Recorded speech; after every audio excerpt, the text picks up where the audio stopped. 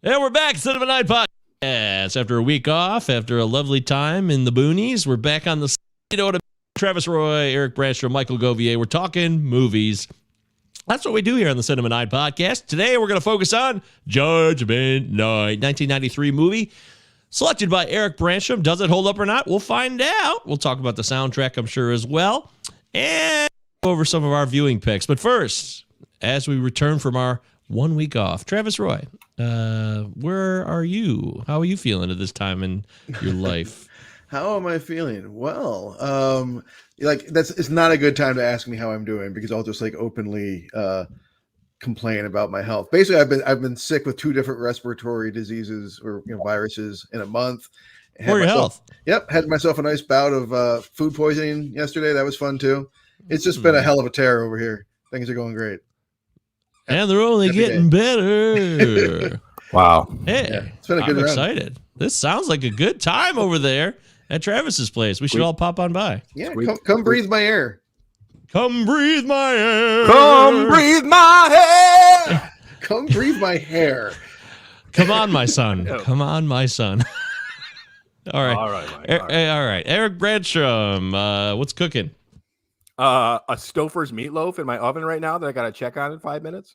That sounds fucking terrible. Yeah, a it's Stouffer's It's gonna be meatloaf. awful. Not excited at all. Love yourself. Do better than this. Yeah, it I've doesn't even never look good on the bought a cover. frozen meatloaf. Yeah, the That's cover looks all time. disgusting. But I bought it. All right, wow. I just don't know of all the options in a frozen food aisle, the things you could select. I panicked. I mean- I like Yeah, you definitely Meatloaf panicked. songs. I love 2 out of 3 in bed, so I went with Meatloaf. And There's no relationship there. I like Black Dog. Oh, I would do anything for food, but I wouldn't do that. I know that's for sure. But I won't cook dinner. I won't eat I won't sodium eat- benzoate. Oh, I won't do that. My voice is still a tad bit hoarse, so I don't know if it's. I can't quite hit all the notes yet. A tad, Mostly back. Feeling good here, Livonia, Michigan. Watching this dog for the final week, and definitely watched some movies. We had a great time up north at our annual feast thing. That was a good time. Yes, Travis, I know. Travis sad. Couldn't be there. I know, but it doesn't mean we didn't have a good time. I'm glad you did. Society's doing well. Society's humming along. So inflation's up. Things are looking good. And I got to tell you, I'm excited for 2022. We're going to have a big year at the Cinema 9 podcast. We got our Thanksgiving coming up in a couple of weeks. We're not I think we might be taking the week off. Although last year we did a show, didn't we? It's strange. I believe we did last year. Because we've never taken a week off. I think November might be a little late for us or a little light for us because Eric has family coming in for Thanksgiving, and I'm going to see family for Thanksgiving. So I'm not sure that we'll be able to have an episode. Last year was our infamous Home for the Holidays episode, but I think we recorded on a Monday or Tuesday. Yeah, So maybe we can out. arrange something like that. Maybe. There's nothing wrong with that. That's a good idea too. So there are other days in the week we can try to make shit happen. So I'm into it. all right, cool. Well, as far as the show, we always appreciate you guys subbing. Our YouTube channel has doubled in size recently. That's nice. Wow. Although we didn't have that many followers in the first place. We'll take it though. We appreciate it. Yeah, we're knocking on the door to 50. Look at us. It's exciting. Woo! And I will say we also got some positive feedback from the people at our gathering last weekend. People said they liked the show, and they said it had a lot of potential. So thanks to some of the people who said that last weekend. Very positive feedback. And they said we should keep going, and we're as good as anybody out there when it comes to movies. I was thinking that I appreciate that. I was thinking today about how I'm a failed filmmaker and how I'm like, totally as qualified as anybody else. If you might as well listen to my bullshit if you're going to listen to anybody else. And these guys, obviously, Mike and Eric, come in with good opinions as always. Well, most of the time. Eric's sometimes harsh on Marvel movies, but other than that. Well, there you have it. Now you have the gist of everything. Okay, good time. Hello from Jill Monet's back. He's saying, nice to see you guys. That's a very positive response. Thank you for that. Nice to see you too. He Nice sounds pine. friendly. You got a nice pine. What kind of candles you got, guys? We have 2 different candles lit. I got here. cedar and evergreen. It's really good. Pumpkin patchouli. Oh my god! It was on Pumpkin sale. patchouli. I think I went to school with him. That's so dumb. By the way, somebody on Friday or Saturday wanted to start calling Petrucci patchouli all the time, and I'm like, that was not funny at all. I don't think Dead on not very arrival clever. joke. Yeah, I know. It's very disappointing, that person. So, Well, it starts with a P, ends in a vowel. There's syllables. yeah, that's about it, though. I think we can do better. I think we can do better than that. I agree. I believe you. No emails this week. A 5-star rating on Apple Podcasts continues to boost us. We got one from somebody a couple weeks ago. I don't know if we mentioned it, but I'll mention it again. And it was very lovely. It was from the Gambit Killer or Killer Gambit, whoever that person was. And they said they loved the show. Very informative, good times, and worth a few laughs. So thank you so much. That's what makes the show worthwhile. We'd like to do it either way, but if people enjoy it, that's just a bonus for us to keep on going, right? It is nice when people, listen. So we appreciate it. And when they say nice things too, that's also. Yes. Cool. All right. So we've been off for a week, so there could be a big buildup of movies here for quarantine viewing picks. Travis, since you haven't gone anywhere and been ill, I assume there's a lot of stuff you consumed because what else are you going to do, really? Yeah, there's been a lot of watching of movies and some TV shows. Yeah. I've been watching. I got an episode or two left of Only Murders in the Building, that new show with Steve Martin and now that Martin Short, excuse me, I just blanked on his name there. I'm enjoying it. Definitely fun. Have you been watching it, Eric? I've been hearing really good things. Yeah, not mind blowing, but very kind of quaint and nice. Just a nice little murder mystery kind of thing. It's fun. It's fun. I've been liking that. I watched a couple classic films I'd never seen before. I watched The Seventh Seal from 1957. Lives up to the hype. A very solid film. What can I say about this half a century old movie? But I enjoyed it. What would you say? I watched The General from 1926. Okay, here we go. That was also Christ, pretty hilarious. What, dude, when he takes that log to get that piece of wood off the track, it's fucking amazing. Buster Keaton's a master. I showed it to my students. I'd actually never seen it before, but I'm just like, we're talking about early film. Fuck it, I'm gonna show them the General. I thought you were talking about the General's daughter. No. Although that has been trending on Netflix for some ungodly reason. I remember that shit film. It was a bad movie. Since it was Halloween, I watched a lot of horror movies, many that I'd seen before, like Prince of Darkness and Scream. I watched Hellraiser from 1987. Wow, finally got around to it. Well, the movie, the very thought of the movie scared the shit out of me since I was a kid. I walked through a room when a guy was getting skinned or something. I walked through when I was a kid at that scene. I'm like, oh, I'm never gonna ever fucking watch that movie. And I start the movie and I sit down with my sandwich or whatever. It's just skin and flesh and chunks of human just flopping around. I'm like, oh man, what am I getting my fucking so what the fuck is a Cenobite? What is Pinhead? What's going on here? I would assume that he's a human turned demon from hell. Oh, okay. But I'm a fucking demon. He's a fucking demon, and that was enjoyable. Speaking of fucking demons from hell, at the recommendation of friend of the show Aaron, I watched Uncle Peckerhead from 2020. You guys, this movie's solid gold. I'm gonna give it 5 out of 5 stars. It is a fun feature about a punk rock band that goes on the road and they pick up this roadie who just happens to turn into a demon every night for about 13 minutes where he has to feast on human flesh. And it is way over the top, low budget, labor of love. Starts off and you're like, what the fuck am I getting into? And it just somehow gets better and better. So Uncle Peckerhead, I'm definitely going to recommend that. Uncle Peckerhead. Uncle fucking Peckerhead. Good stuff. Bad stuff. I watched The Stand, the miniseries, the new miniseries from 2020. I'm just here to tell you, don't waste your time if you haven't already. Why is it so bad? Did you watch it? No, I just heard it was awful. Well, you're making puke noises like well, I mean, that's the cedar. That's the cedar and evergreen candle. I gotta blow it out. Ew. I mean, it's just most of all, it's a bunch of really questionable choices of editing. The movie is just a mess, or the show, I guess, is just a mess. I mean, you cannot connect to the characters. And I've read the book and seen the other movies and I know what's going on, but you cannot connect to these characters because it's all being told completely out of order for no reason whatsoever. It's just they put the fucking movie or show or whatever in a blender and just crapped out a bunch and just put it in random. It's bizarre. It's baffling almost to watch. How bizarre. So however good some of the performances and stuff were, it's just this is hardly making sense and you can't connect with the characters. There are some high points, don't get me wrong, but by the time it was over, I'm like, what the fuck did I just waste my time? And you're really hitting a lot of lyrical notes with your words today. Got me wrong. Maybe the music is in you, my friend. You're the one. Yeah. You're the one Actually, singing. it is I who is doing that. It is you.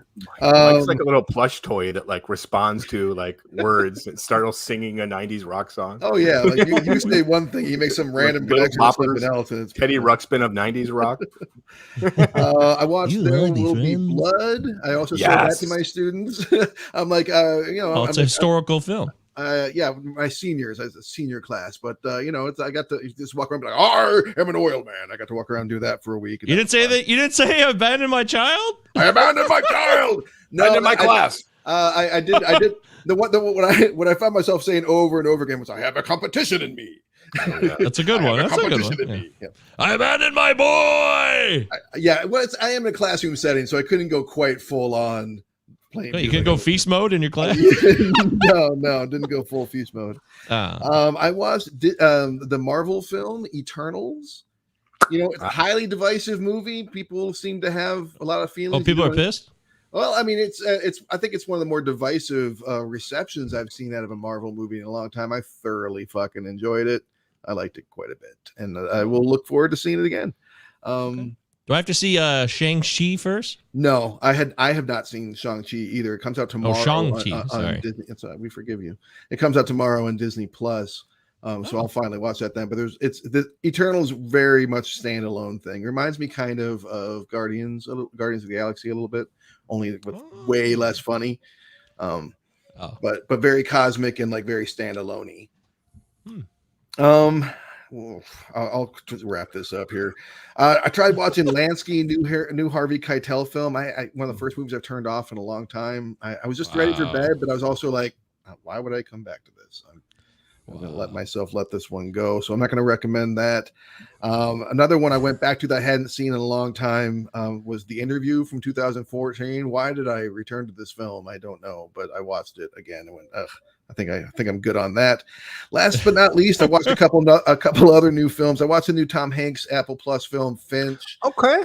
I enjoyed Finch. Very aiming at the heartstrings, a little heavy-handed, but it's Tom Hanks, a robot, and a dog. I mean, what do you want? Like it's good. It's not. I wouldn't call it great, but I liked it. And then the movie that really has made a big splash that I have not seen a single bad review about is The Harder They Fall, the new Western on Netflix, which I alone stand here fucking hating. I just fucking hated it so much. And then like I finished it up, I'm like, get on Twitter. I'm like, what do people think? And then just like all the reviews, everybody fucking loves this movie but me. So I just like it takes it takes a bunch of real people and completely deletes them of their history and just keeps their name and I guess their skin color and plugs them into this movie. And just creates a whole it's just slow motion swaggering for most of it. I mean, and I know a lot of people would vehemently disagree with me, and I get it because I mean there's a lot of style here.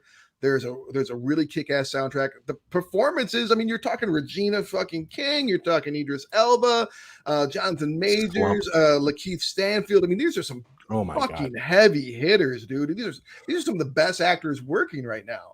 But I really feel like they're phoning it in. I felt like there was a lot of they knew they didn't have to try too hard going on. Jonathan Majors is definitely going for it, and Lakeith Stanfield's doing something kind of different. But I felt like for the most part, I don't know, man. And then it all just shoot I don't know. These Netflix films, they all just look the same. They all look like that fucking Adam Sandler movies. They all look like that Adam Sandler movie where he tells things and the kids come. Yep. Bedtime stories. Fake movies. They all look like that. They all look like this DVD. I don't know, man. I just hated the look of it. Been saying that forever. Yeah. And again, there was, go ahead. There's some type of controversy with this movie.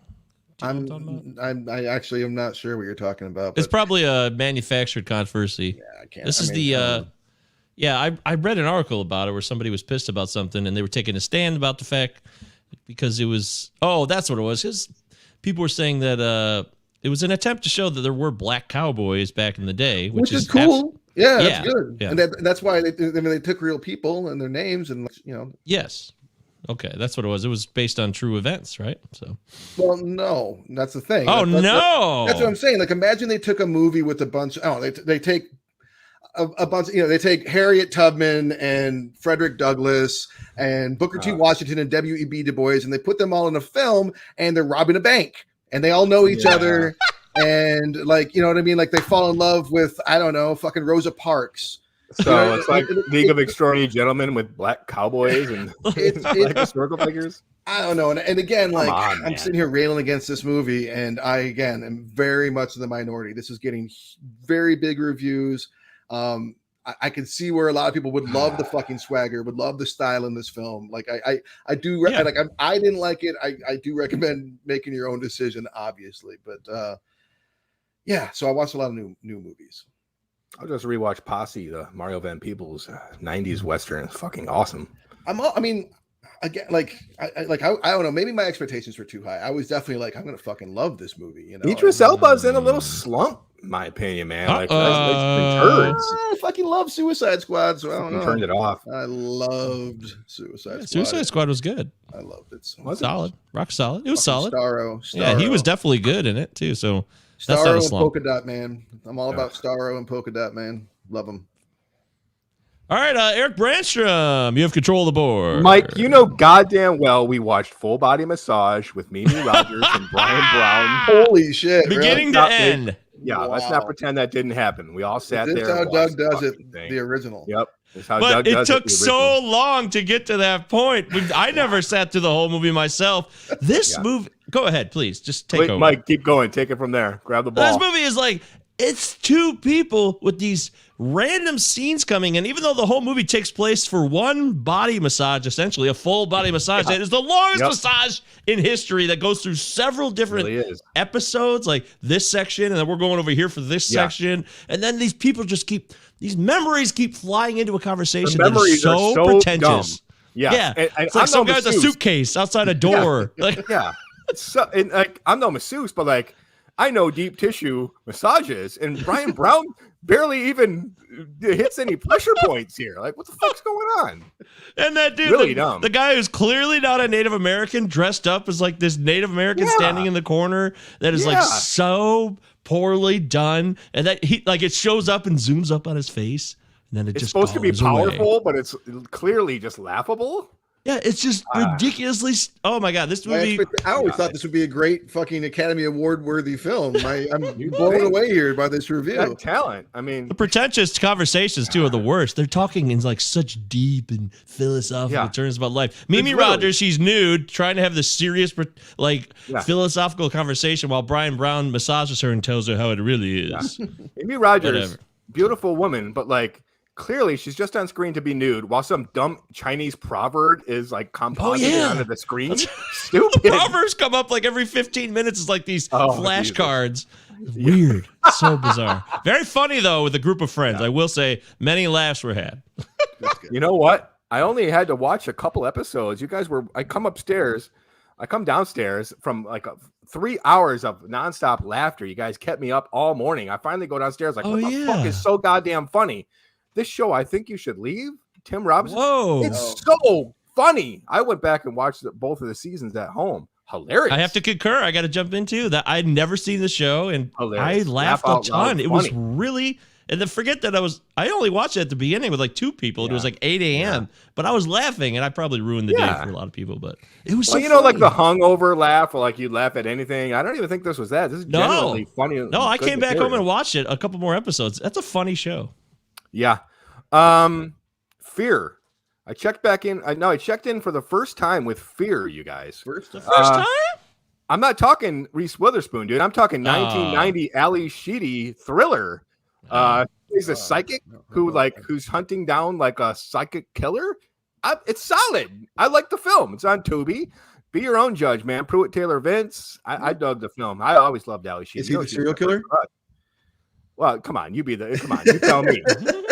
With those shifty eyes, you're not going to cast him as the killer? Poor Pruitt Taylor Vince.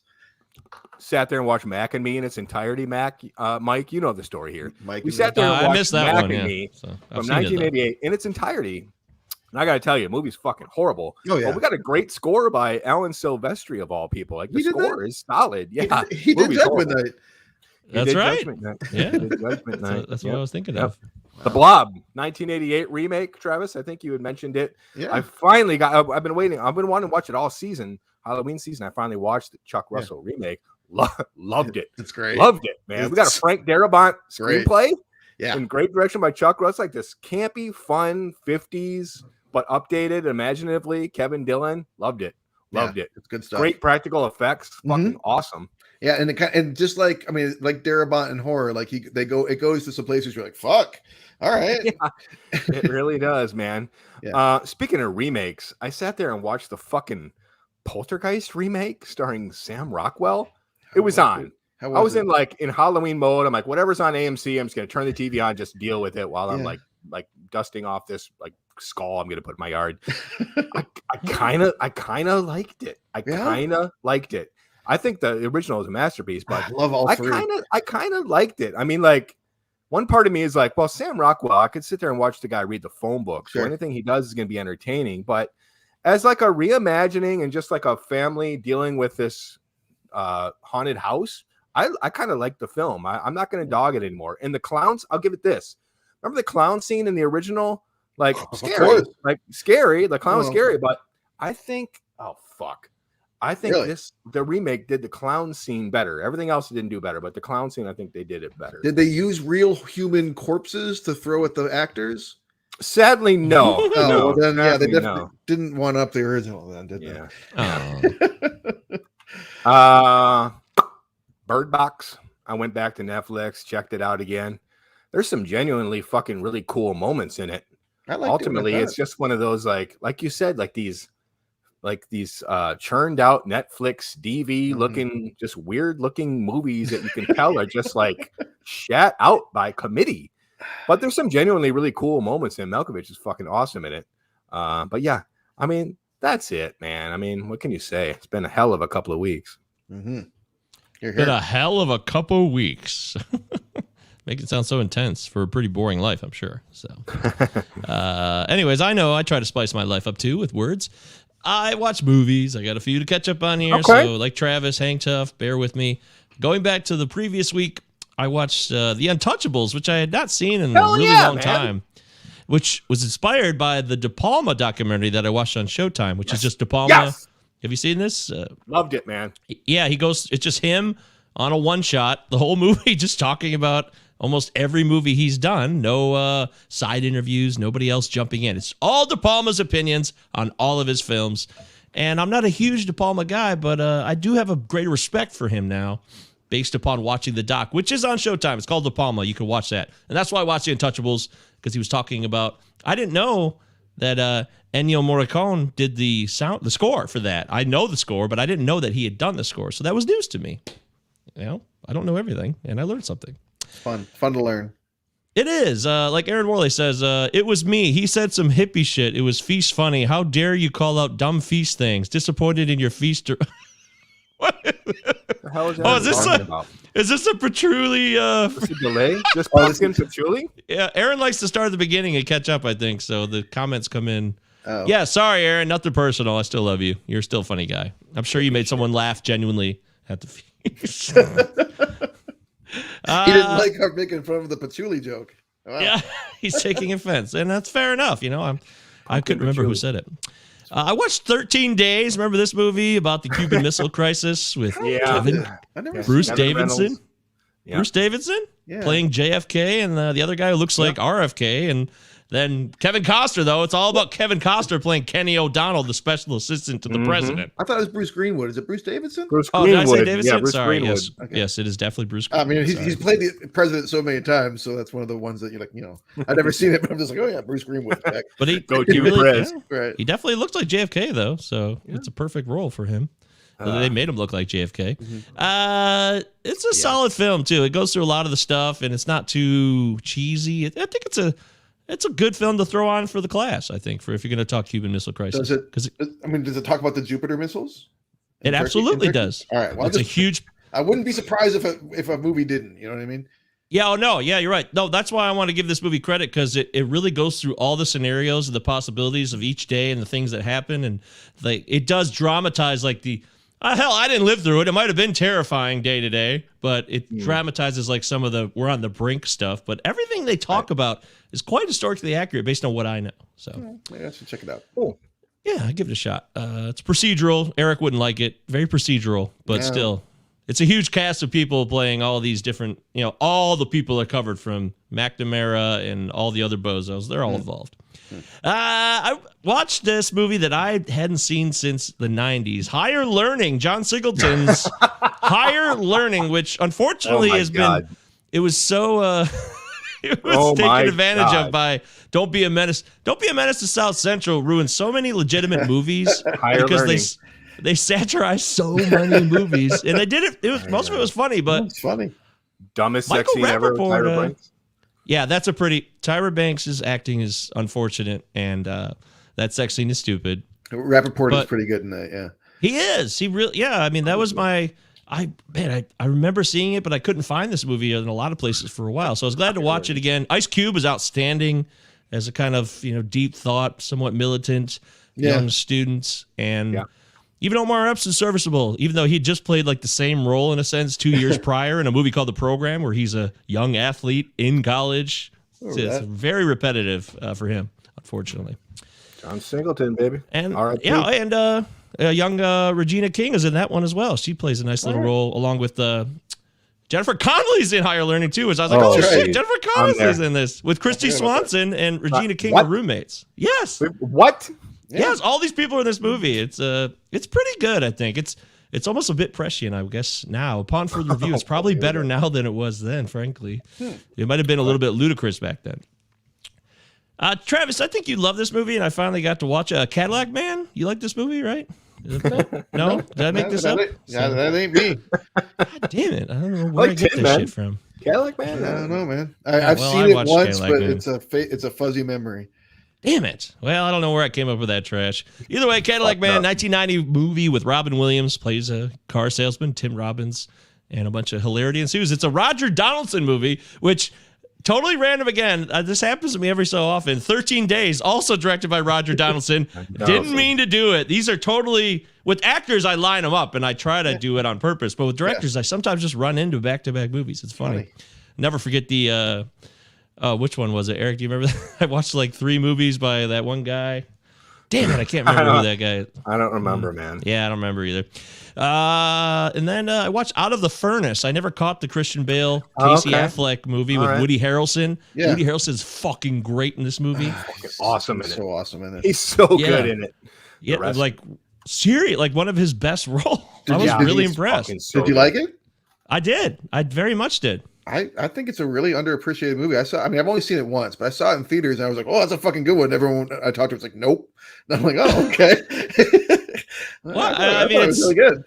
It's not very flashy, I guess, but it's well done. There's difficult challenges that are legitimate. And I definitely thought you would like it because, you lived in that world a little bit over there. Sure. It's based in Appalachia and these people who are struggling and decide, should I do this work? Should I try to do my own world? And these bubbles that exist out there in West Virginia, they really do exist.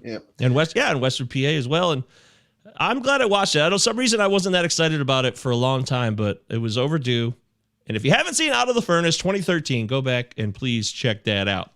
Then I watched Blue Jasmine, which is a great performance, which is basically a retelling of the Madoff family story, although it's not technically called Madoff. But it is. Right. Kate Blanchett she's definitely playing Ruth Madoff or a version of her because Alec Baldwin plays this guy who scums over her sister, and her sister gets divorced from her husband because they gave their nest egg to them and Baldwin screwed him. So, but the performance is the story of this movie.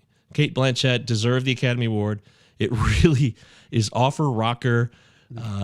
Paranoia, terror, anxiety, PTSD, all of it's there. And even though she had the life of luxury, there's things she knew and she knew it, and it's tough for her to deal with. And even though she didn't know everything, it's a really fascinating character study. Damn it. And then I'll close it out with the movie I never saw and I think is made fun of a lot in Wet Hot American Summer, China Syndrome. I never saw the China Syndrome, and how was it? Good. It's outstanding.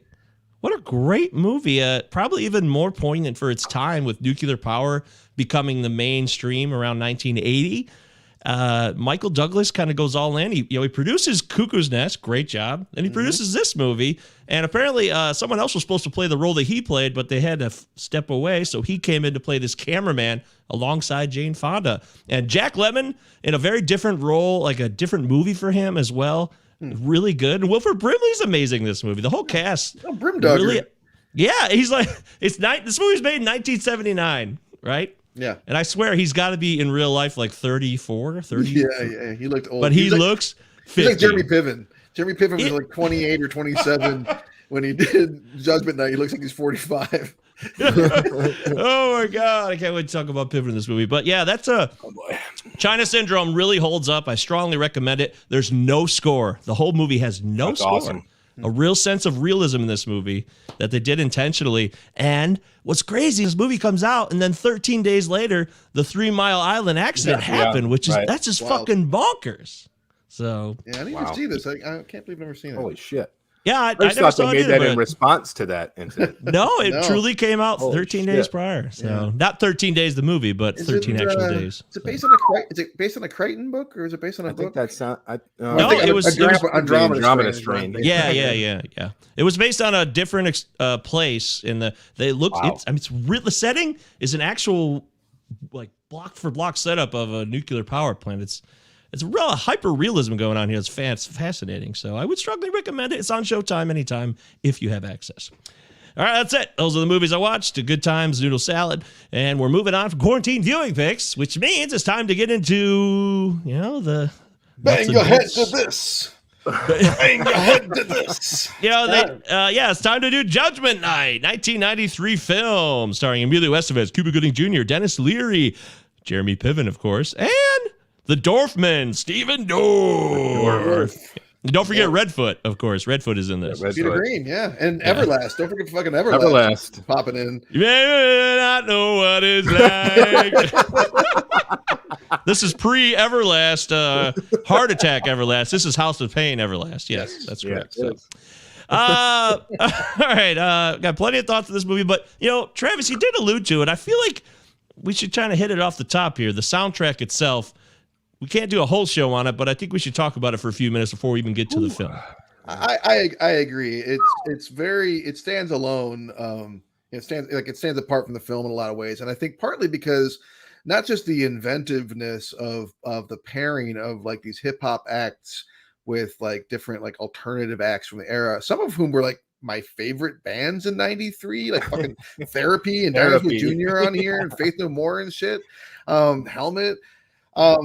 So like it's really inventive and also it's fucking really underutilized in the film. Like we get Fallen a couple times, which is a great song, but like we get Fallen, we get the Mudhoney song, which is one of the worst songs on the soundtrack. Yes. And you hear like a flash, I think, of like one or two other songs, and like the rest of it, like they're just not even fucking there. Like you don't even. It opens and closes with the Teenage Fan Club De La Soul song. Yeah. It gets way too much airtime. I mean, it's a decent song, but it's a real good song. It takes me back in a big way to living with you the summer of 2003 in a lovely home we made together called The Dump with like 20 dudes. But I was obsessed with that song at that time, so it really brings me back. But yeah, this is a fucking great soundtrack, man. I mean, there's some low moments too. I mean, like honestly, like the Faith No More song with Booyah Tribe is like it's pretty good, but like Michael Patton just fucking phone it in like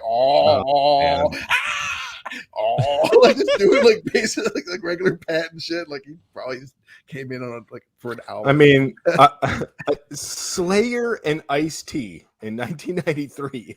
This was after Body Count. Does that happen? Yeah, it was. Yeah. Jesus Christ. Yeah. It's an interest. Yeah, it's a fascinating. Obviously, beyond the pairings of it, it was a big deal back then. But I frankly look at it now, and none of the songs blow me away. Although that just be a change in my own like view and perspective on life. I still think it's really cool, and I'm really glad it exists, and I will always have respect for the soundtrack. Yeah. But what I'm really bothered by the fact that it's so not utilized properly in the score of the film at Bizarre. all. It's You listen you watch singles and like almost every song is highlighted from the soundtrack. You know, like even if it was even if it was created way after the fact, like say the soundtrack, like you know what, we just came up with this idea. The movie's done, it's ready to go, but we just came up with this idea. But this was clearly then you would put before. them back in. This is clear. I'm just saying, either way. Right, yeah, but like fucking Ice-T is singing about 1992, and the movie came out in '93. Like this shit was pieced together well in advance. I don't understand. Well, then that makes it even more ridiculous that the fact that they made the effort to do this, was there a total disconnect between like the musical side and the production side of this movie? I would definitely like to hear the conversation. Like what? Like why? Like why these? Like how did this come about? Like I dig that the movie itself is about one type of people coming together. Am I back? Yes, you're here. The movie is about one type of people coming and meeting up with another type of people, and that's what it does. And that's what these two, like the bands in this soundtrack do. So that's kind of interesting, but it feels a little gimmicky. And you're right, the songs aren't out of sight. It's just really cool to see them names. I am blown away that Pearl Jam is even on this thing. Like Pearl Jam was fucking on this. I forgot about that. I mean, like, and it's a pretty lackluster song, and I'm still amazed that anyone ever listened to Cypress Hill. I mean, how many songs about weed can you listen to? But I love Cypress Hill. There's a lot of non-weed Cypress Hill songs here. How I Could Just Kill a Man? That's not about weed. It's too bad. It's about murder. That's true. You're right. It's too bad that the Tool and Rage Against the Machine song didn't make it on here. But what I don't understand is like why the heavy lenience. Or I'm sorry, the heavy leaning on the fucking Alan Silvestri score. I'm watching the movie and like listening to the score, and I'm like, is that Back to the Future? No, that's fucking Predator 2. Nope, that's just Alan Silvestri. Smacking me.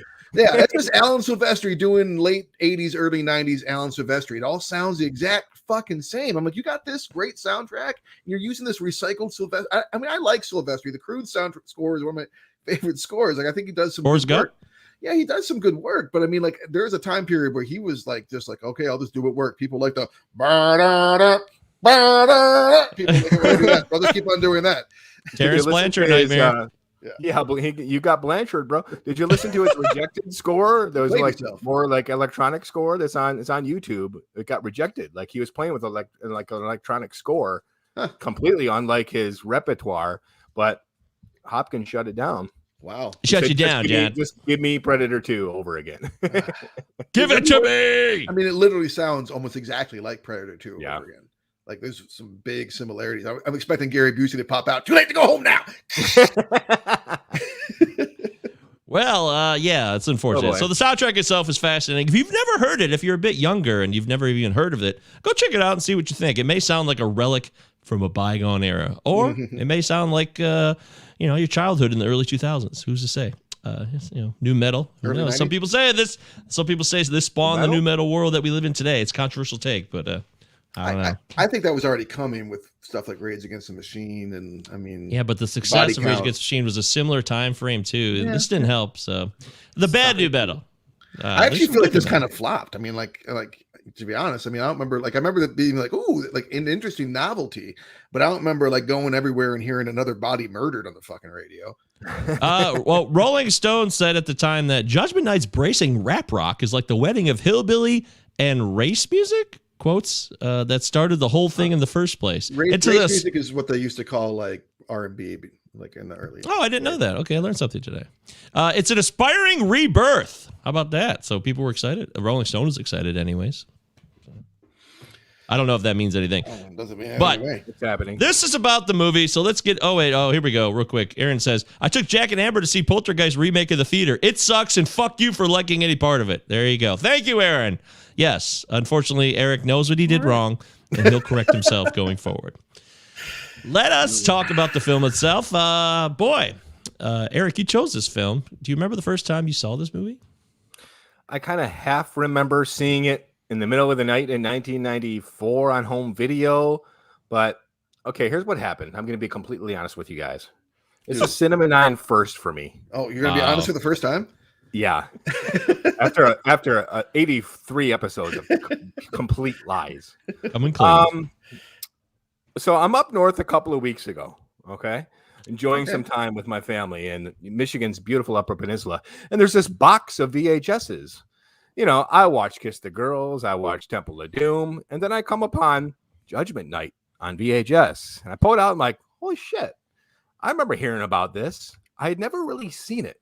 No. So I put it into like a 13-inch like VCR TV combo upstairs. I watch it. I'm thinking to myself, holy shit. While I'm watching it, I'm like, I'm really enjoying this. I'm going to stop this right now and bring this onto the show because I know this could be fun to talk about and I'm really digging it. And you don't hear anything about it anymore. So, yeah, I got to say, this is, I did watch it a couple weeks ago. You watched part of it or you watched all of it a couple weeks ago? All of it. I mean, I watched it a couple times, but yeah, it was kind of a first. Wow. That's okay, Eric. There's no rules here. Travis, what about you? Remember seeing this movie for the first time? Yeah, man. I mean, I remember, because like the soundtrack came out, there was all kinds of buzz around that. Obviously, like I said, like a lot of these bands were bands that we were listening to. So it worked. It did what they wanted me. I did what they wanted me to do. I went and saw the movie. I actually don't know that I saw it in theaters. I think that my dad had like pirated pay-per-view. Like we just had like pay-per-view for free for some reason. Someone had rigged it. So like whatever was on pay-per-view, we saw for free. And I'm pretty sure that that's when I saw it, when it came out on that. So I was like hanging out on my dad's bed, watching Judgment Night for the first time. And then of course, like you've talked about doing when you had HBO, it was like censor, like it was on my cable. And it's like, well, it's on. So I'm going to watch it over and over and over again for the 2 months or whatever that it's on. And that's what I did. Yeah, it's like today, if you rented something on Amazon, you watch it every day of the 30-day rental period. That's kind of what it was like. By the way, that really reminds me of the Spice Channel beat-offs where you're not getting the full picture, but you're getting these. It's such a weird. This happened. I lived it. It really happened. The screen is, you don't have the channel. You get the audio though. The audio. You got the audio. And you have like these moments where the picture comes into focus, but it's not snow. It's not blurred out. It's like this weird. It's like a green titty for half a second. Yeah. That was enough for some people. Teenagers are pathetic, and I was one of them. Absolutely. Yeah. I definitely saw this movie in the 90s. I remember Matt Simiak loved this movie. And he lived right next door to me, and we were talking to him a lot about this movie and the soundtrack at the time. The first time I heard 9 Inch Nails was at Matt's house. I remember going over there to hear Wish. Imagine a bunch of 12-year-olds listening to Wish. I can't recall, actually. I wasn't there for that, but I was doing the same thing down the street. Exactly. Yeah, we're all doing the same thing there. And I didn't remember it being. I remember just thinking about the soundtrack way more than the movie itself. Yeah. That's just always stood out. And whether that's fair or not, that's just what it was. Critical reception. I did not look up the score on IMDb. Did you guys? Yeah, I caught it. I did not. I'm gonna guess not that high, but some nostalgia factor going on. I'm gonna guess 5.9. Okay, I'm gonna say that that people don't love this movie, but it's not god awful. I'll say it's a 6.3. It's 6.6, and it's got a huge cult following. Oh, all right. 6.6. Okay, well that's decent. Definitely decent. Not too far off from where we were. I mean, I saw a little low there, but I guess I mean, okay. I wouldn't have guessed the 8s. No. So there was a movie in 2017 that's called Judgment Night. Was that a remake? Does anyone know? No, I checked. It's a Korean film that has, or I think Korean film that has nothing to do with Robert. Yeah. Well, I got bad news. When you go over to Rotten Tomatoes, the thermometer 35%. One of the lower rated movies I think we've done. We haven't done Freddy Got Fingered yet, so this will have to stand for now. Yet. Yes. The audience score 54%. So you went Japan for? The audience loves this enough to give it a 54%, but that's still a spilt bucket of popcorn for those of you who are not familiar with the rating system over at Rotten Tomatoes. As far as the critical reviews, there's only 20 reviews, which is a very, very small amount. It's only one page, guys. A single page. This is now the most least reviewed? The most least reviewed. Yeah, most least reviewed. Which means we're not getting any Destin. Oh, we got Destin. Unbelievable. Destin! One page. What are the chances? Wow. That's awesome. That's awesome. great news. Here we go. Let's hear what he has to say. Destin says, splat. Perhaps the ultimate ultimate judgment comes from Estevez, who observes nothing about tonight makes sense. Come on, Destin Thompson. There it is. I don't know how I feel about that. Why not? What do you mean? He thought it was apropos that's the quote of the movie that makes the most sense to him about this movie. Funny. Because nothing does make sense. Let's see. Variety staff. The staff at Variety said, this is an exceedingly well-directed, cleverly filmed and edited, tension-filled affair. It is also a wholly preposterous, muddled, paranoid view of the inner city nightmare. Oh, here we where go. the slightest Here we misstep go. is sure to have a fateful result. That is spot on. That last part of it, anyways, was spot on. Because one of the biggest problems I have with this movie is just this: they disappear into this alternate reality within a city that doesn't exist. Well, so I have mixed feelings about it because on one hand, I 100% hear where you're coming from. It's like, hey, like the suburbs are all in slow motion. We get Del the Funky Homo Sapien, and it looks like fucking, fucking Big or something, like the neighborhood from Big, and everything's like so great. And then they get to like the city, and it's just like urban decay is hell. But like, the freeways, they were built in a lot of ways around like what had traditionally been divisions between neighborhoods of race. And like, so for it to suddenly cross over and they're into like this other territory that they've never, besides Chicago, they've never seen, does kind of make sense to me. They're so suburban and all that. And you get this meeting of suburban world with the urban world. And so I do think I don't have a beef with that. I don't have a beef with that.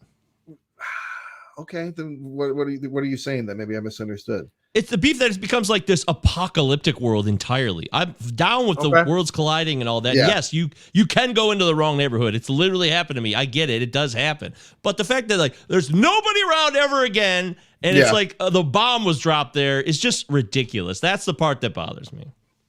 So they cut a lot of corners in this production. The budget was super short, and Hopkins said, like, I sent all the dailies back to the studio and they thought it was just a bunch of matte paintings. They were like, oh, like, what was the set dressing budget on this? He's like, we went there and shot in these neighborhoods and there was just nobody there. Like, it looks like this. And this is Southwest Chicago on the south, not exactly the south side, but this is by Cabrini Green and all of these neighborhoods that have these projects in them. And there's a reason why people aren't outside like it's fucking like Miracle on 31st Street, because it's a fucking dangerous neighborhood. You're going to stay inside with your doors locked like the people do in the film. I mean, I'm kind of surprised, Mike. I mean, we've spent a fair amount of time in like, or at least driving through some of the shittier parts of Flint to Detroit. And I mean, like they don't look that different from that. It's not especially the look. back then, especially in the 90s. It's just, it doesn't matter what time of night. It's not just going to be totally barren. That's the thing. And you're right. When they go to that actual building, there are people living in it. So that part, I have no problem with. Yes. But the beginning part with like, they just suddenly get stuck in this world where nothing exists. It just seems a little, it's over the top for me. It's too ridiculous. That's what bothers me. Well, yeah, but I'm not going to argue that. When I first watched it, I am going to admit that I was like, I'm a little turned off by this concept of, let's turn a poverty-stricken city like into literally hell, like a place you would never want to be in, let alone try to improve. But from what I understand, that's just like that's what it was. And I've driven through that area even in 2020, and there's just nothing going on. You want to get the fuck out of there. Hey, did you know that Frank has a family? Yes, on Deadwood Ave. No shit. I mean, how many times do they say that in this movie? Frank, I've got a family.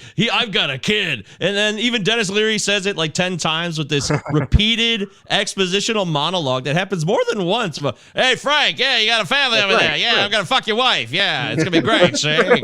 What is this weird, like, aside where like Frank used to be like this big badass? Like, what are they going for that's the other thing that bothered me. I know he's not a physically imposing human being, and yes, he played a wrestler in the Breakfast Club, but sure. I mean, I guess I know there are people who are not physically imposing that are like very aggressive and violent. Like they do have it within them. So it's not ridiculous, but yeah, that kind of bothered me a little bit. Like, hey, what's your deal, Frank? What happened to the passion? What happened to the aggressiveness? What happened to that aggro guy we all loved? But it's not as annoying as Jeremy Piven's performance in this movie. And I didn't know it was going to bother me. I didn't know this is a thing, but I actually used to like Jeremy Piven a lot. But I watched him in this movie. I couldn't stand it. He was so over the top. It's partly the character, and the character sucks. It is. You're supposed to hate the character so you're not too upset when he gets killed, I guess. A lot of very bad things, repetitive, very bad things feelings from both performances. Yeah, he gets pretty typecast around this era. And, I didn't know about the baker's dozen or so of pretty credible allegations of sexual misconduct against him, but I already strongly disliked him because he's a traitor to his and my kind, which is bald people. This fucking this sham of a life that he lives with his implants. Fuck you and everything you wrote in on, because we all saw your fucking movies. We know you're balder than Jason Alexander before he fucking became a betrayer. So. Yeah, he's really hanging out in this movie too. Yeah, isn't he? And again, it does make him look about 15 years older than he was. So. I know. Yes, his character's supposed to be annoying, but I don't hate him. I like all four of these guys pretty much. What? I loathe Ray. I know that I don't despise. What are you eating? What are you eating? I loathe. Try to eat it on each crunch. You eating that meatloaf or what? Crispy as fuck, man. We got crisp rice in here. I loathe the Ray character. If that's what they wanted me to do, we all loathe the Ray character. But the Ray character also has a point. I will give him credit. What is his point? That it's a really expensive night for him? Yes, definitely true. It is an expensive night for him. Ray, the razor, the smooth talker.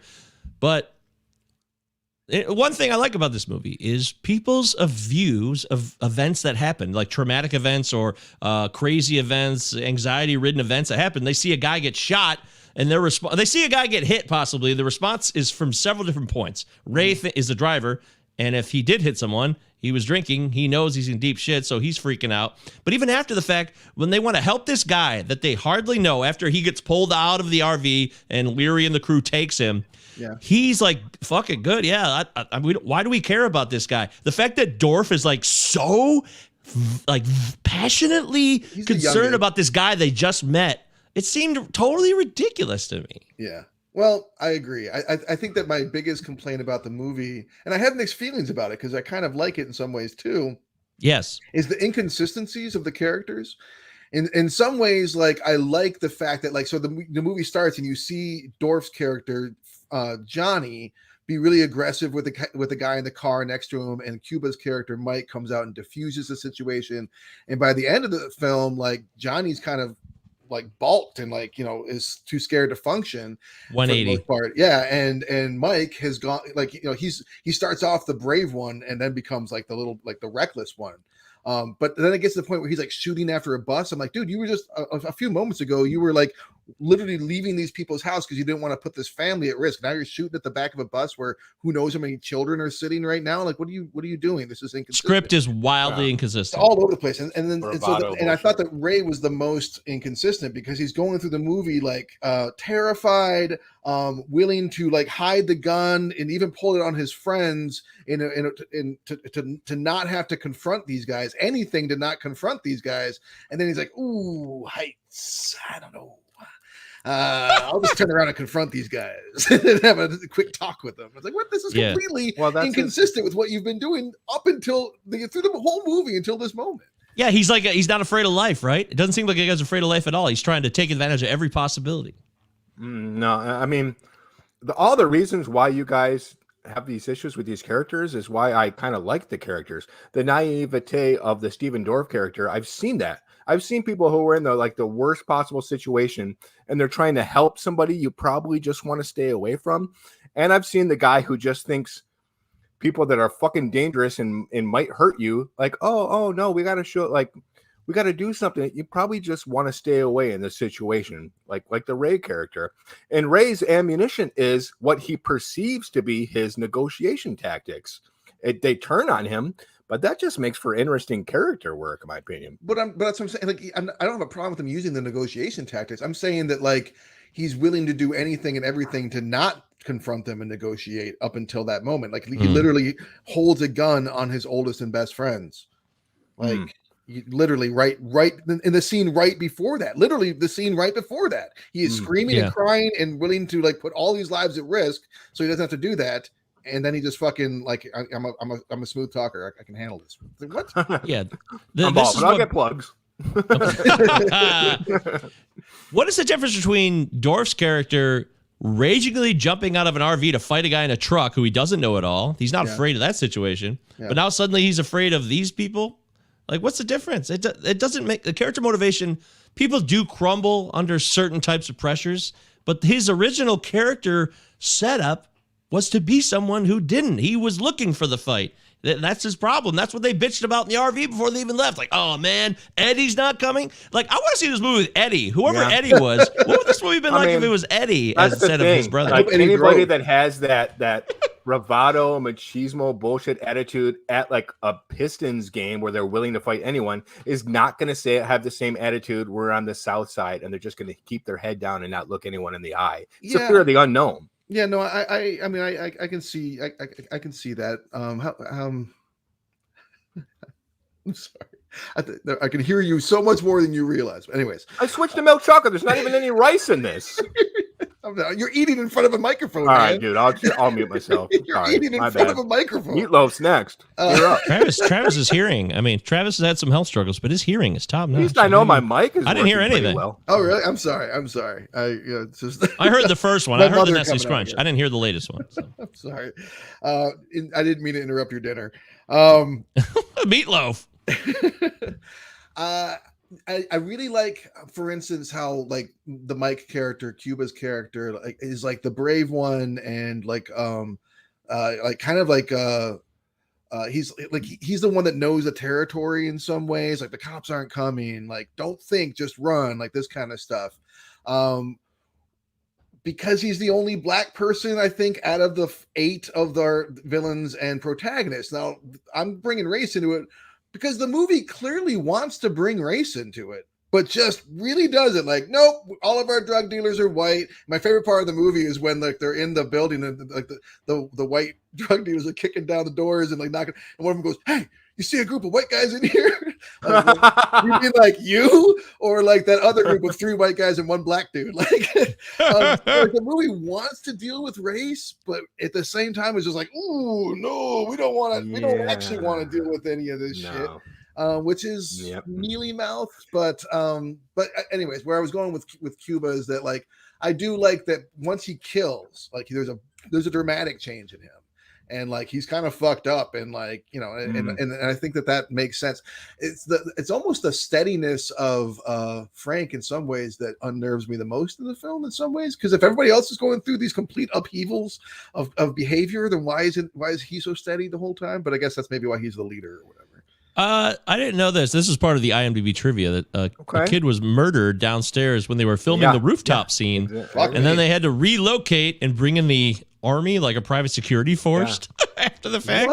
Yeah, I didn't know that. Seems to be Stephen Hopkins, the director, also did Predator 2. He had to fucking hire the Crips to do security on that set, so he's no stranger to the urban. But to Travis's point. Okay, Emilio Estevez is involved in this movie, clearly. And Emilio Estevez, even in Men at Work, which is a movie you love, Travis. You do love that movie. I got that right. I love Men at Work. Overdrive. It came out a couple years before this, in 1990, and there is a message in that movie. And Emilio Estevez is getting more involved in the messaging of his films that he's involved in. Yeah. And you can tell, it's at least to me, maybe I read between the lines in this movie, even though he's not the director or whatever, but he's the big star of the movie, made the most money. And I got a feeling that his opinions were pushed into this film, which means like, let's treat everyone equally. He wants to tell an honest tale too. He got better as he went along. We've seen The Public and all those movies. We've talked about The Public. Yeah, he got better at it, but this is earlier and where he's maybe trying to be more honest about society in film, but it wasn't able to translate with all these white guys involved. So I do feel I feel Travis is absolutely right. Race, I think Emilio Estevez really wanted to talk about race in this movie, but there must have been some loggerheads thing where it just didn't quite work out. I'll tell you what it was exactly. He got involved with the project. He knew Kevin Jarre, the original screenwriter who did Glory and Tombstone and a couple other big hits. They were developing this script as a starring vehicle for Emilio Estevez, and John Carpenter was circling it for a while until Steve Hopkins took it over and basically brought in another writer to completely overhaul the script. So one of the big things for me watching the movie is, what is this message? Because at the end of the day, there's a lot of agoraphobia and xenophobia along with some popcorn thrills. It is muddled. It is some muddled ass messaging. Yeah. Like there's a point in the movie you're supposed to be like, oh, thank God, it's just a homeless man that got murdered. Like that literally happened. That's literally a moment in the movie. You're like, oh, I thought it was Cuba. Woo! And they go, hobo from Purdue. He's wearing his jacket. Yeah. Like, oh, fuck me. That is rough. That's fine. Yeah. They're living in a train car anyways. Who gives a shit, right? Oh, and there's also, that sucks, but there's also a pretty honest debate about heroism and machismo versus practicality in this film, which it's probably the message that they do fairly well and keep reasonably even keeled throughout the movie in terms of it goes back and forth. Cuba Gooding's character Mike suddenly becomes this, hey, I got balls and where's your balls, when he was much more practical early in the movie. And he gets into it. He does say that little line later when they're in the grocery store, like, I always want to test myself. Oh, he says it in the basement of that sewer world. I want to test myself in combat. I always wondered what I had. And that was one of those scenes that didn't make sense to me because they're like, let's have a stand and let's take him on. And then they succeed in killing one. He shoots an unarmed man in the chest. I'm like, fuck yeah. Like that's rough. But what else would you do? And then like, now that they're armed and they're like ready and like feeling that, they're like, nope, out. Like, then why didn't you just go out before then? Like, or how about just like, I've been lost in like, in like places like this before, including Southside Chicago. When I went to see The Ring in 2002, I had no fucking clue where I was, and it was fucking dangerous. It was poop. I just saw a dude with guns on like roofs. What I did was just head in one direction and never stop. I definitely wasn't just ducking into random buildings like nearby and just trying to like figure out what the fuck I'm gonna do. You weren't being chased though. Well, Fallon's always like 2 steps behind them the entire movie, no matter where they go. Just keep going, get the fuck out of there. Can we talk about the casting? We have to. Here? Yeah, we have to. Oh, it's fucking terrible. I'm sorry. I like Dennis Leary. I do not buy him as a villain. He pops in and he's immediately cracking jokes. And also, like, why are you going to shoot someone? And this is more the script than him. But same here. Why are you going to shoot someone in front of 4 witnesses? Get the 4 witnesses out of there first and then shoot someone if you're going to plan on killing them all. And then, like, this relentless, like, I'm going to fucking go through, like, I'm going to go through sewers. Nothing is going to stop me. I'm going to kill my minion in a classic got to kill your own minion scene. Yep. And you question the boss. And just make fucking corny jokes the whole goddamn time. Just all of it's just like a fucking monologue on stage somewhere. Like he's so wrong for the role. Oh boy, Mike, you want to grab this one? You know, I actually I really never thought about that when I watched the movie on this viewing. Oddly enough, I guess I'm just down. I thought the whole movie was absurd anyway, so there's a whole part of me in a perspective that says, well, this is stupid anyway, so this particular casting kind of fits into the stupidity going on here. So that's probably why I didn't think about it. I do like to watch him riff. I do like classic old school Deary just riffing jokes, which is fine with me. But he Deary? also murders Old a guy school. called... Chris I call him D. Leary. Deary, yeah. Hey, Chris Deary. He does kill a man in cold blood. Palazzo podcast, ladies and gentlemen. Check it out. But, 2 P's, 2 L's, 2 A's, 2 D's, 2 O's. Pumpkin with Palazzo. Dennis Leary. Yeah, Bumpkin Palazzo. Mark Holton interviewed him on that show. It's a good time. Pee Wee Herman. Well, Teen Wolf. He's entertaining for me. My issue with it is there's a couple of them. There's no way this is like the biggest gangster in Southwest Chicago at the time. I don't know that we're supposed to think that he is. I mean, but are we? Are we supposed to think that he is? It makes him seem like he's a pretty big deal. Yeah. Like everybody knows who he is. It's such a contrivance to have like Fallon's rules because they're, like you said, Travis, there's no way they're going to just track these guys, mostly because they know the guys are never going to fucking open their mouths about this to anyone ever again. Maybe. Yeah, they never want to come back. How many times you got to say they're North Shore losers? Yeah, plus... his rule is no witnesses, and yet he goes through like the majority of the film doing the most heinous shit and murdering with a ton of witnesses that he never takes care of. And he's pissed at the people.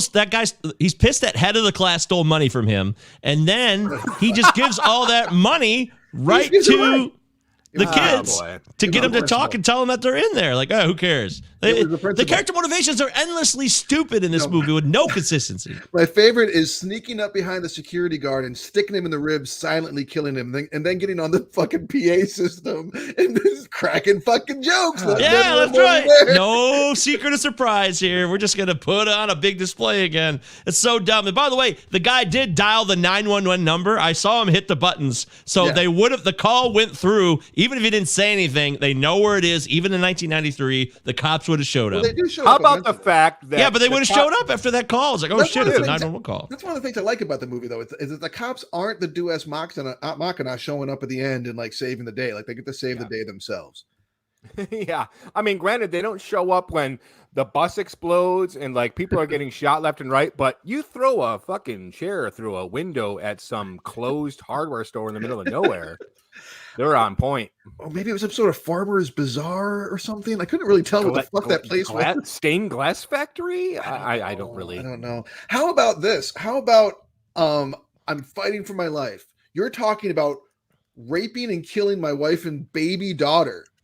And then you're about to go down and fall, and it's all about to be over. I've been trying to kill you for a minute here, and I'm going to grab you and try to save your life. I'm like, what are you fucking doing, dude? Frank, you going to let me die, bro? Come on, after all those jokes on the PA? After all those jokes I made, they're so funny, Frank. Frank is torn between trying to be a good family man and save people's lives and, be the master center of the universe when it comes to a moral compass. Do you guys think this would be a cool alternate ending? I was thinking of it while watching the film. So at the end of the movie, what if like the cops go to the Frank and they're like, Frank, you're going to be all right, man. And he's like, where's Fallon? Where the fuck is Fallon? He's like, no sign of him, but here's your wallet. At least you got that. Then he checks his wallet and his license is gone. Like it's not over. Like he knows where he lives. Like the paranoia is going to go outside this inner city. That would have been pretty cool. Only I don't think that this movie's that kind of movie. The kind of movie that's going to have an ambiguous, unhappy ending. Yeah. I don't really see that happening, but it would have been cooler, I think. Okay. I do like that there wasn't one final jump scare with Fallon. Like he comes up on his body. I'm like, this is where like he comes to life and grabs him or some dumb shit, and that doesn't happen, which is good. So there is some stuff in this movie that is like so fucking trite. Like, oh, this is the scene where they're fucking pounding on the door asking for help in the apartment building. Like this is that scene. Then there's also scenes that are like, okay, this actually kind of surprised me a little bit, took me to a place I wouldn't have expected. And then of course there's scenes where I'm like, oh, that doesn't make a lick of sense. That's completely contrary to what the character's been acting like the rest of the film.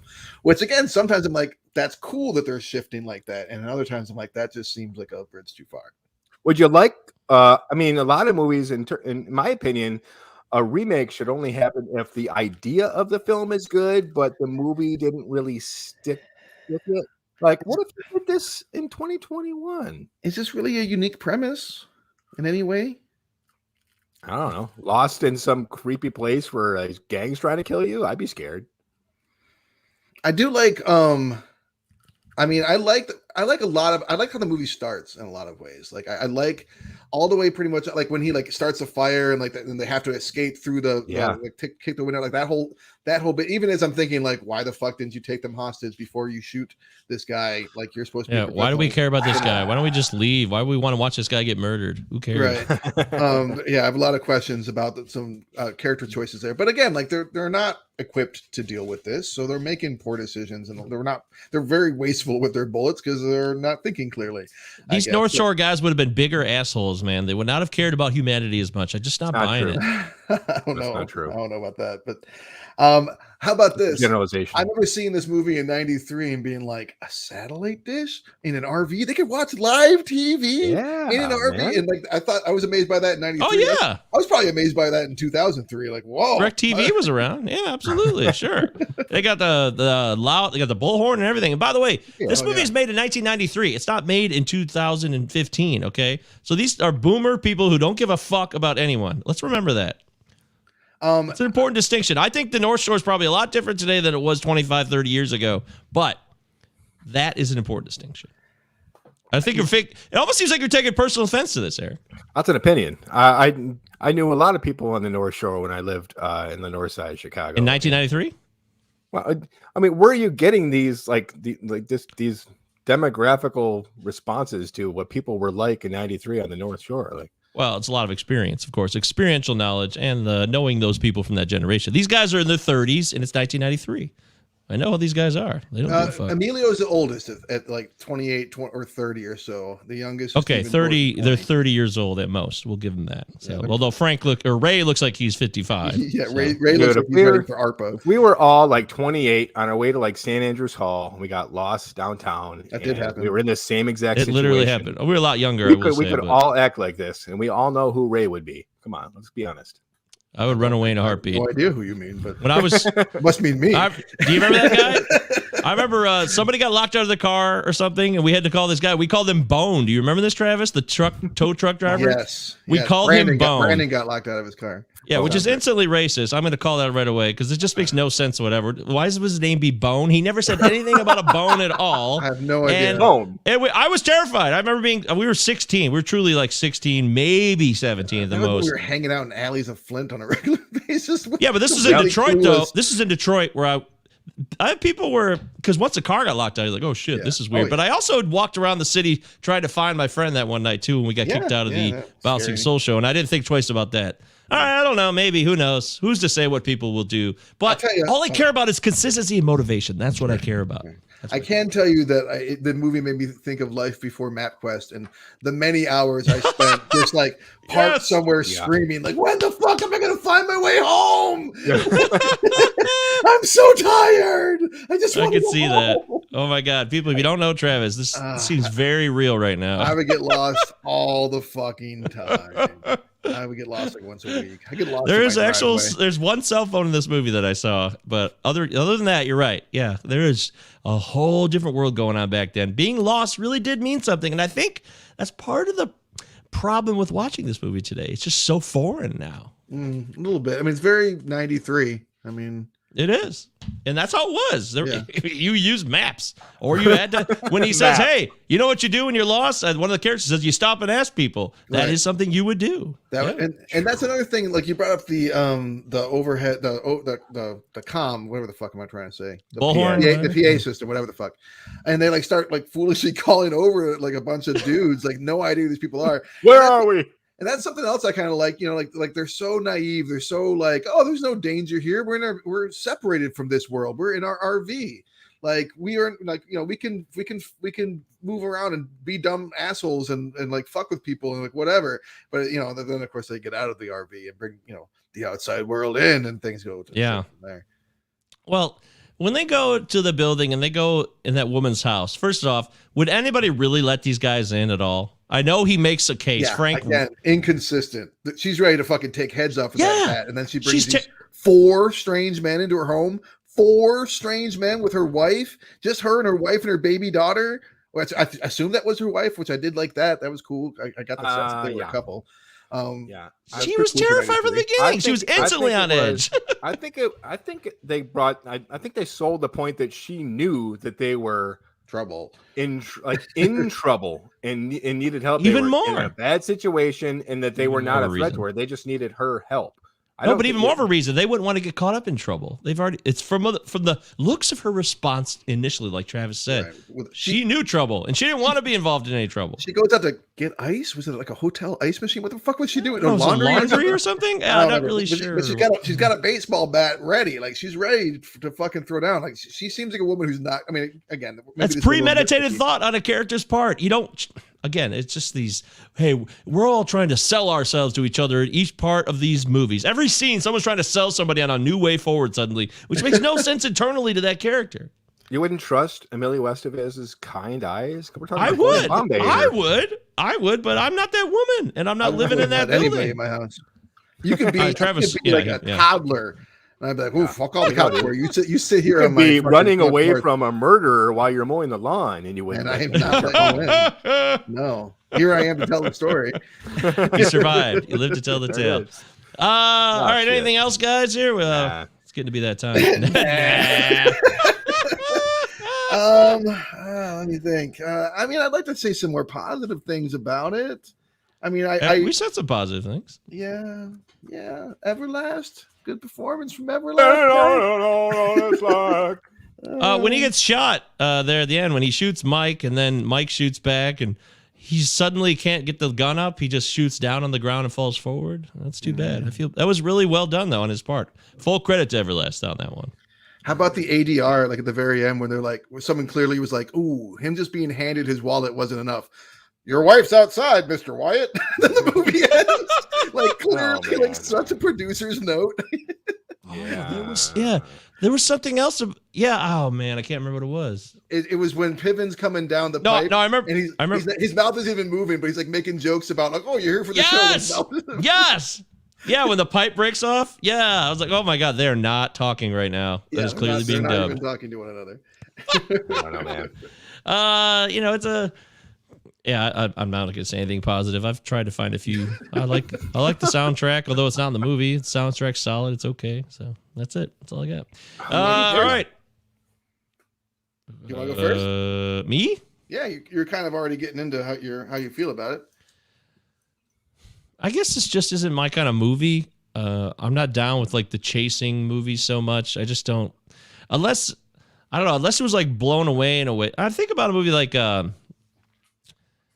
Get Out is like, yeah, there ends up being a slight chase at the end, but there's a lot, much more going on in that type of movie. There's like a whole different vibe, and it's a thriller, and you don't know what's happening. This is a thriller, I think, like a chasing thriller. Like, the stakes, though, so it's not really that complex. There's no, even if they try to create ulterior motives or hidden agendas for the characters, they don't show up in any type of consistent way, and that's a huge problem for me. It always will be in movies when characters are not who they're supposed to be. There has to be a base genesis. Characters can change. That's part of a movie. We want to go through a change, and sometimes it's really empowering. You're like, oh my god, this is amazing. I'm looking at this person grow before my eyes. I've seen it done. I've gotten emotional plenty of times. We've shared plenty of photos in our text thread about it. But in this movie, there's nothing here that I'm really digging. I think it's poorly done. It doesn't make sense. And in the end, this movie it doesn't hold up for me. It's not a good movie. It never was a good movie. If I thought it was, then I was just immature and stupid. And now I know the truth. And I think you could watch this. I think if you never saw this movie once, you'd be just fine. You would. Nothing personal, Eric. I love you. I completely disagree with all of your points, man. Like, we got a classic 90s cat and mouse fun popcorn thriller here. And there's some commentary. I mean, there's not a lot. And that's kind of why I dig it. Like, it'd be easy to have like one of the characters like meet someone like in that place in the projects and be like, hey, hey, call me. Like, I can get you out of here. Like, I can save you from the. No, it's just kind of a straightforward story where these guys got to get out of this situation.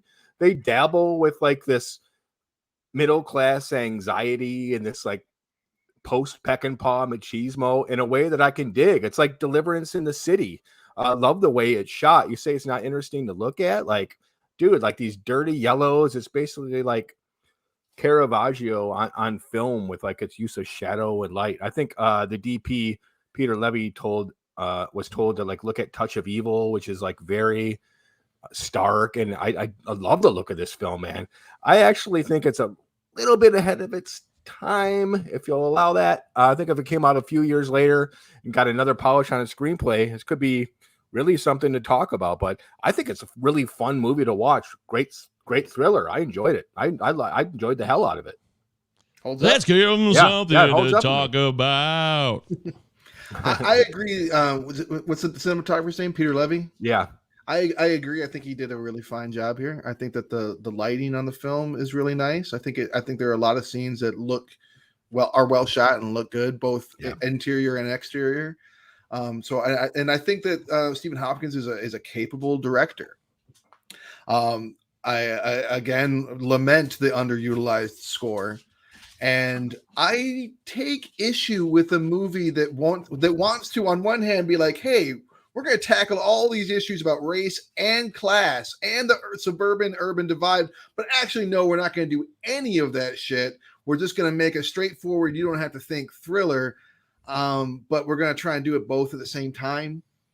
But more than any of that, and again, like the inconsistencies in the characters, in some ways I dug it, in some ways I took issue with it. But at the end of the day, 2 goddamn hours for this shit.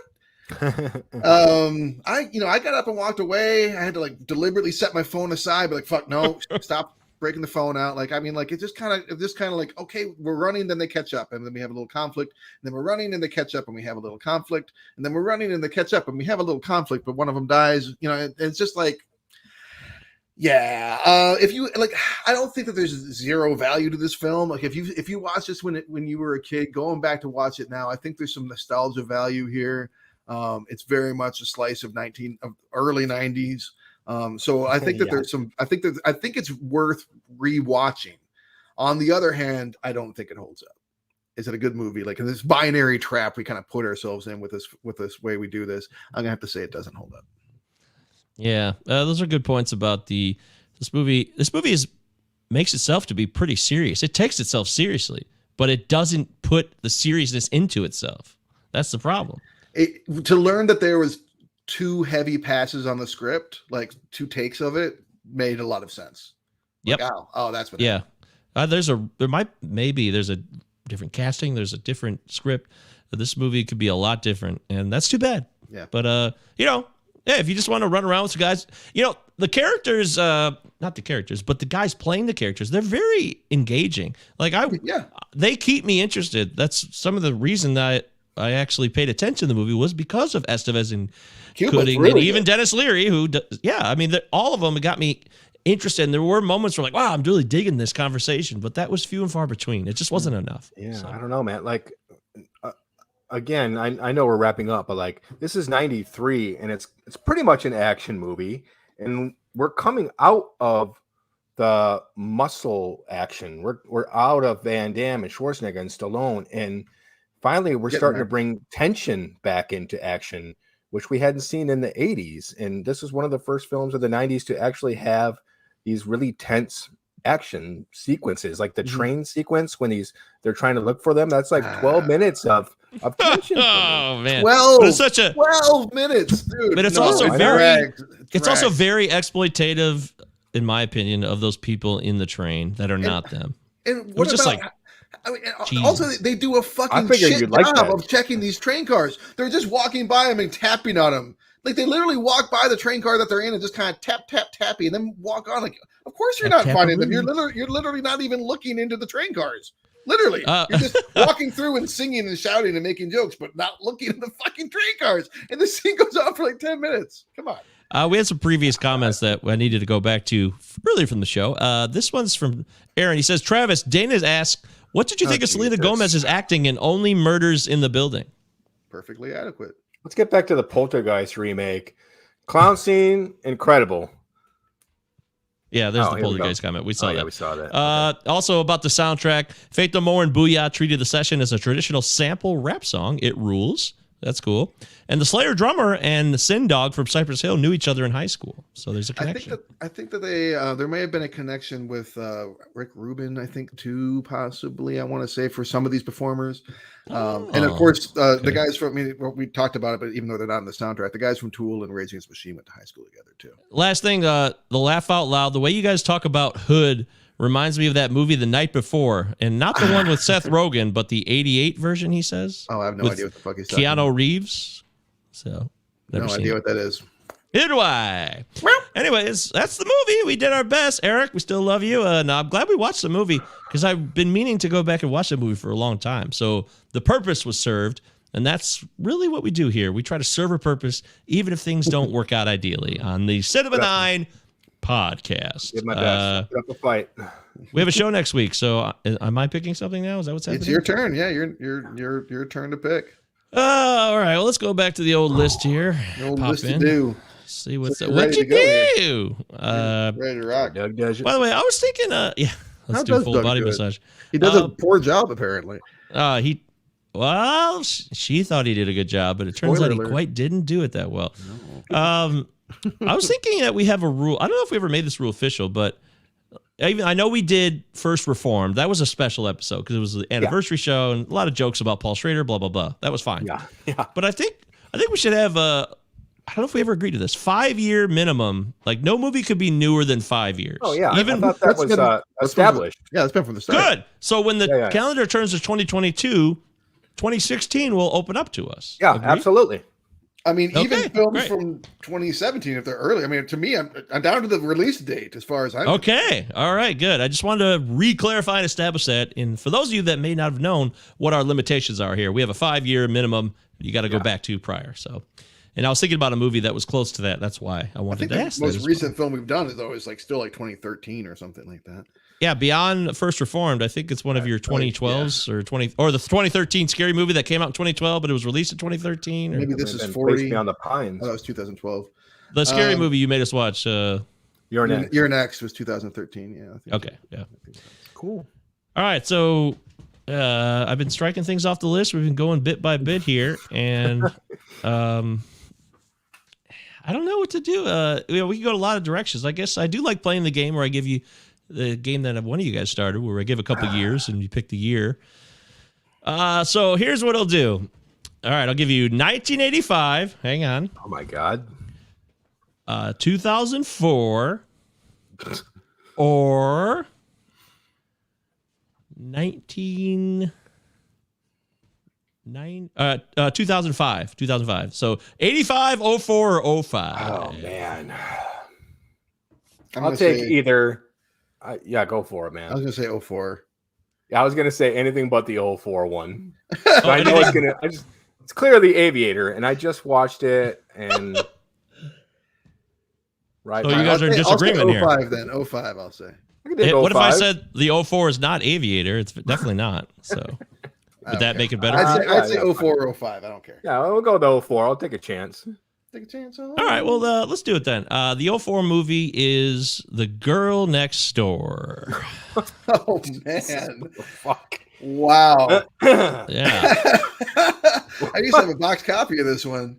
Oh, really? Okay. Yeah. Well, Right now. I don't know how long it's been. Long fucking time since I watched it. Perfect. That's perfect then. That's what we're looking for. So, yeah, next week we'll do The Girl Next Door starring Emile Hirsch and what's her face? Alicia Cuthbert. Alicia Cuthbert.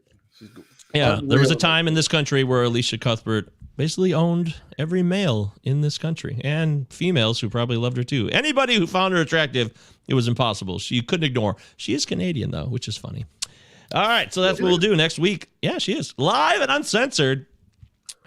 The 2004 film, The Girl Next Door. So thanks for joining us. Judgment Night is in the can. Boy, we hope you enjoyed it. We always love doing the show. We'll see you guys next week on the Cinema 9 podcast. And don't call me Francis. Check that meatloaf.